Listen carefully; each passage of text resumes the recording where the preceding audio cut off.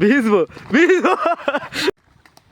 আমরা তারুয়া বিচে আসছি, তো তারুয়া বিচের পাশে আমরা যে জঙ্গল আছে, জঙ্গল আমরা দেখতেছিলাম আর কি। তো জঙ্গল দেখতে দেখতে হঠাৎ করে সামনে যে আমাজন বনের ভিতরে যেরকম নদী থাকে, এরকম ছোট নদী, ছোট কানাল আমরা দেখতে পাইছি।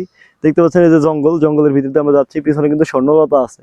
এটা খুবই উপকারী এবং মহা ঔষধ।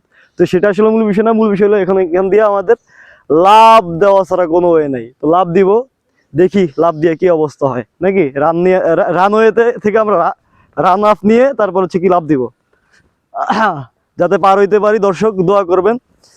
বিসমিল্লাহ। ও ইয়েস দর্শক, ফাইনালি এই পাশে চলে আসছি। এখন এই ময়লা দুর্যুক্তের ভিতরে দিয়ে একটু ইয়ে করে নিব, হাত দিয়ে নিব। ইটস ভেরি ডেঞ্জারাস ছিল দর্শক, এই রিস্ক কখনো নেবেন না। আমি এখানে একটুর জন্য পড়ে গেলে এখানে ক্যাটফিশ আমাকে খেয়ে ফেলতো।